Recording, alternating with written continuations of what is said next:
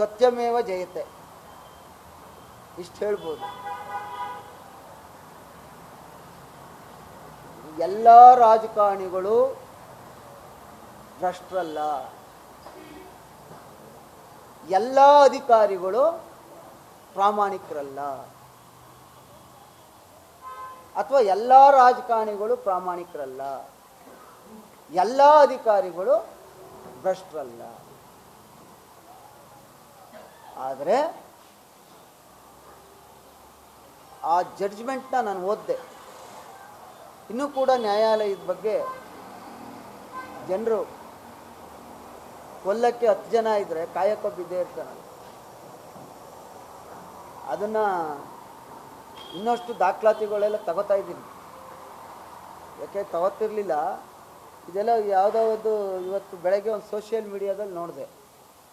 ಒಂದು 25 ಜನ ಇದರಲ್ಲಿ 24 ಜನ ಕಾಮೆಂಟು ಸರಿಗಿರ್ತದೆ, 1-2 ಇರ್ತವೆ ಸೋಷಿಯಲ್ ಮೀಡಿಯಾ. ಅದರಲ್ಲಿ ಅದು ಕಾಮೆಂಟ್ ನೋಡಿ ಅಂಥ ಪುಣ್ಯಾತ್ಮರಿಗೂ ಸ್ವಲ್ಪ ಗೊತ್ತಾಗಬೇಕಲ್ಲ.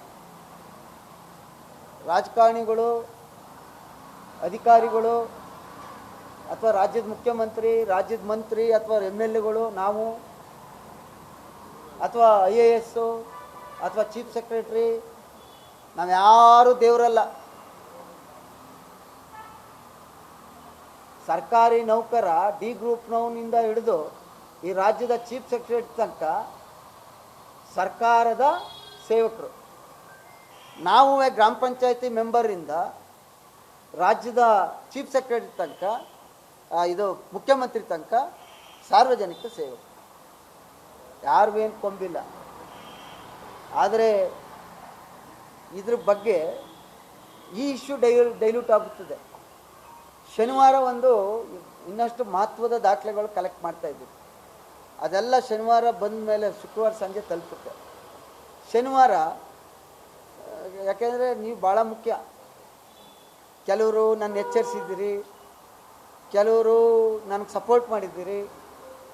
ಅದು ನಿಮ್ಮಿಂದ ಗೊತ್ತಾಗಬೇಕು, ನಿಮಗೂ ಗೊತ್ತಾಗಬೇಕು, ನನಗೂ ಗೊತ್ತಾಗಬೇಕು. ಅದನ್ನ ಮೋಸ್ಟ್ಲಿ ಶನಿವಾರ ಒಂದು ಜೊತೆ ನಿಮ್ಮ ಜೊತೆ ಹಂಚ್ಕೊಳ್ಳೋಣ ಅಂತ ಅಂದ್ಕೊಂಡಿದ್ದೀವಿ. ಅದಕ್ಕೆ ಮುಂಚೆ ಆ ಜಡ್ಜ್ಮೆಂಟ್ ಇದೆಯಲ್ಲ, ನೀವು ಒಂದು ಆರ್ಡ್ರ್ ಓದಬೇಡಿ. ಕಂಪ್ಲೀಟು ಜಡ್ಜ್ಮೆಂಟ್ನ ಬೇಕಾದ್ರೆ ನಾನು ಗ್ರೂಪ್ ಹಾಕ್ತೀನಿ. ಅದು ಅಪ್ಲೋಡ್ ಆಗಿದೆ, ಮನೆ ಪೀಠ ಅಪ್ಲೋಡ್ ಮಾಡಿದೆ. ಅದನ್ನು ಓದಿ. ಅದನ್ನು ನೀವು ಓದಿದ್ರೆ ಯಾರು ತಪ್ಪು ಯಾರು ಸರಿ ಅನ್ನುವಂಥದ್ದು ನಿಮಗೆ ಗೊತ್ತಾಯ್ತು.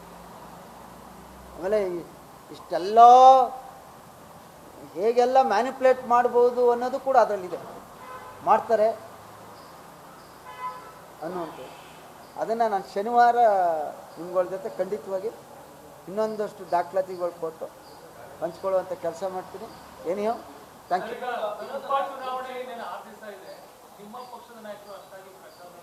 ಹೋಗ್ತಾ ಇದ್ದಾರೆ, ಈಗ ನಾಳೆಯಿಂದ ಬರ್ತಾರೆ. ಹೋಗ್ತೀವಿ.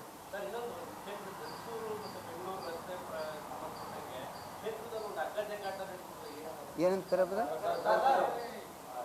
ರೇ ಥೋ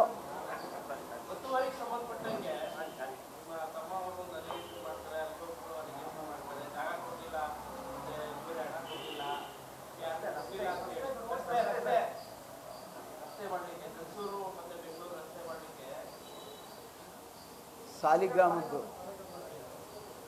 ನೋಡಿ, ಯಾವ ವಿಚಾರನ ಎಲ್ಲಿ ಪ್ರಸ್ತಾಪ ಮಾಡಬೇಕು ಅಂತ ಗೊತ್ತಿಲ್ಲದೆ ಇರೋರನ್ನ, ಈಗ ಶುಗರ್ ಫ್ಯಾಕ್ಟ್ರಿ ನಾನಿದ್ದಾಗ ನಿರಾಣಿಯವ್ರಿಗೆ ಗುತ್ತಿಗೆ ಕೊಟ್ಟು ಪ್ರಾರಂಭ ಮಾಡಿಸಿದ್ದೆ. 3 ವರ್ಷ ಆಯಿತು ಬಾಗ್ಲಕ್ಕೆ. ರಸ್ತೆ ನಾನು ಶಾಸಕನಾಗಿದ್ದಾಗಲೇ ಅದು ಕ್ಯಾರ್ಪೇಟೆಯಿಂದ ರೇವಣ್ಣವರು, ಕುಮಾರಣ್ಣವರು ಅವತ್ತಿನ ಸರ್ಕಾರಗಳು ತೀರ್ಮಾನ ಮಾಡಿ ಅಪ್ ಟು ಅರಕಲಗೂಡು ತನಕ ತಗೊಂಡೋಗುವಂಥ 95% ನಾನು ಶಾಸಕನಿದ್ದಾಗಲೇ ಮುಗಿದೋಗಿದೆ. ಅಲ್ಲಿ 3 ಕಡೆ ಪ್ರಾಬ್ಲಮ್ ಇತ್ತು. ಒಂದು ಹರದನಹಳ್ಳಿ ಮೇಲ್ಗಡೆ ಸೈಟ್ ಹತ್ರ ನೀರು ಜಾಸ್ತಿ ಬಂದಿದ್ದು ಕೆಳಗಡೆ ಹೋಗ್ಬೇಕಲ್ಲ, ಕೆಳಗಡೆ ಹೋಗ್ಬೇಕಾದ್ರೆ ನೀರು ಜಾಸ್ತಿ ಬಿಟ್ಬಿಟ್ರೆ ಕೊಚ್ಕೊಂಡು ಹೋಗ್ಬಿಡ್ತದೆ ಬೇರೆಯವ್ರ ಜಮೀನು. ಅದೊಂದು ಭೂಮಿ ಅಕ್ವಿಷನ್ ಆಗಿರಲಿಲ್ಲ, ಅದನ್ನು ಮಾಡಿಸಿ ನಾನಿದ್ದಾಗಲೇ ಮಾಡಿಸಿದ್ದೆ. ಈಗ ಪೇಮೆಂಟ್ ಕೊಟ್ಟರು, ಅದು ಸೆಟ್ರೇಟ್ ಆಯಿತು. ಇನ್ನೊಂದು ನನ್ನ ತಮ್ಮಂದು ಪೆಟ್ರೋಲ್ ಬಂಕ್ ಇದೆ, ಅಲ್ಲಿ ದುಡ್ಡು ಕೊಟ್ಟಿದ್ದಾರೆ, ಪರಿಹಾರನೂ ತೊಗೊಂಡಿದ್ದಾರೆ, ಕೆಲಸನೂ ಆಗಿದೆ ಅಲ್ಲಿ. ಇನ್ನೊಂದು ಕಡೆ ಈ ಕೆರೆ ಎದುರುಗಡೆ ಅಲ್ಲೊಂದು ಪ್ರಾಪರ್ಟಿ ಇದೆ. ಇದೇ ಸರ್ವೇಯರ್ ಬಂದು 4.25 ಗುಂಟೆ ಇದು ಭೂಮಾಲೀಕರದು ಅಂತೇಳಿ ಅವನೇ ಮಾರ್ಕ್ ಮಾಡಿ ಹೋಗೋಣ 4.25 ಗುಂಟೆ. ಅದೇ ಸರ್ವೇಯರ್ ಬಂದು 2 ತಿಂಗಳು ಬಿಟ್ಟು ಒಳಗೆ ಕಲ್ಲಾಗ್ತಾನೆ. ಆಯಿತಾ, ನನ್ನ ಹತ್ರ ಅಫಿಷಿಯಲ್ಸ್ ಬಂದರು, ರಸ್ತೆ ಎಲ್ರಿಗೂ ಬೇಕಾಗಿರೋದು, ಒಂದು ಕೆಲಸ ಮಾಡಿ, ಅವನೇನು 2.5 ಎಕರೆ ಅಲ್ಲಿ ಇಳುವಳಿ ಭೂಮಿ ಇದೆ, ಅದೇನು ಇದು ಯಾರೇ ನೋಡಿದ್ರು ಚೆಕ್ ಬಂದು ಇರುತ್ತೆ, ಇಲ್ಲಿಂದ ಎಷ್ಟು ಚೈನು ಅಂತ ಇದ್ದೇ ಇರ್ತದೆ. ಅದನ್ನು ನೋಡಿ ಕರೆಕ್ಟಾಗಿದ್ದರೆ ಬಿಡಿಸ್ಕೊಡ್ತೀನಿ, ನಿಮ್ಮದು ಆಗಿದ್ದರೆ. ಭೂಮಾಲೀಕರಿಂದಾದರೆ ನೀವು ಪರಿಹಾರ ಕೊಡಬೇಕಾಗಿದೆ. ಸರಿ ಪಾಪ ಅವ್ರು 2 ಸಾರಿ ಬಂದರು, ಆಮೇಲೆ ಅಳಿಸಿದ್ರು, ಆಮೇಲೆ GPS ಸರ್ವೆ ಐತಲ್ಲ ಅದು ಮಾಡಿಸಿದ್ವಿ. ಅದು 2.5 ಎಕರೆ ಏನೋ ಒಂದು ಹಿಡುವಳಿ ಬರುತ್ತೆ, ಅದರಲ್ಲೇ ಒಂದು 4-5 ಅಡಿ ಬರುತ್ತೆ. ಅವರು ಅವನ ಜೊತೆ ಕನ್ವಿನ್ಸ್ ಮಾಡಿ ಪರಿಹಾರ ಕೊಡ್ತೀವಿ ಅನ್ನೋ ಷರತ್ನಾರು ಒಪ್ಕೊಂಡು ಬಿಡಿಸ್ಕೊಂಡ್ರೆ ಊರಿನ ಅಭಿವೃದ್ಧಿ, ಅದೇನು ತಪ್ಪಲ್ಲ. ಪರಿಹಾರ ಇಲ್ದೇ ಭೂಮಿ ಕೊಡೋಕ್ಕಾಗುತ್ತಾ? ಆಯಿತು. ಒಂದು ದಿವಸ ನಾನು ಡೆಲ್ಲಿಲಿದ್ದೀನಿ, ಪೊಲೀಸ್ ಕರ್ಕೊಂಡು ಹೋಗ್ಬಿಟ್ಟು ತೆಂಗಿನ ಮರ 8 ತೆಂಗಿನ ಮರ ಒರ್ಸಾಕ್ಬಿಟ್ರು. ಆಯಿತು ಪಾಪ, ಅಧಿಕಾರಿಗಳು ಮಾಡಿರ್ತಾರೆ, ಯಾರು ಮಾಡಿಸೋರೆ ಅಂತ ನಾನೇನು ಹೇಳಕ್ಕೆ ಹೋಗೋಲ್ಲ. ಆಮೇಲೆ DC ಅವ್ರಿಗೆ ಮಾತಾಡಿದೆ, ನೀವು ಅಳಿಸಿ, ಇದು ಭೂಮಾಲೀಕಂದಾದರೆ ಪರಿಹಾರ ಕೊಡಿ, ಭೂಮಾಲೀಕಂದು ಅಲ್ಲದೆ ಹೋದರೆ ತಗೊಳ್ಳಿ ಅಂತ ಹೇಳಿದ್ದೀವಿ. ಅದು ಇಂಜಿನಿಯರ್ಸು 3-4 ಸಾರಿ ಬಂದಿದ್ರು ನನ್ನ ಹೋಗ. ಕಾನೂನು ಪ್ರಕಾರ ಏನಾಯ್ತು ಅದೇ ತಾನೇ ಆಗೋದು.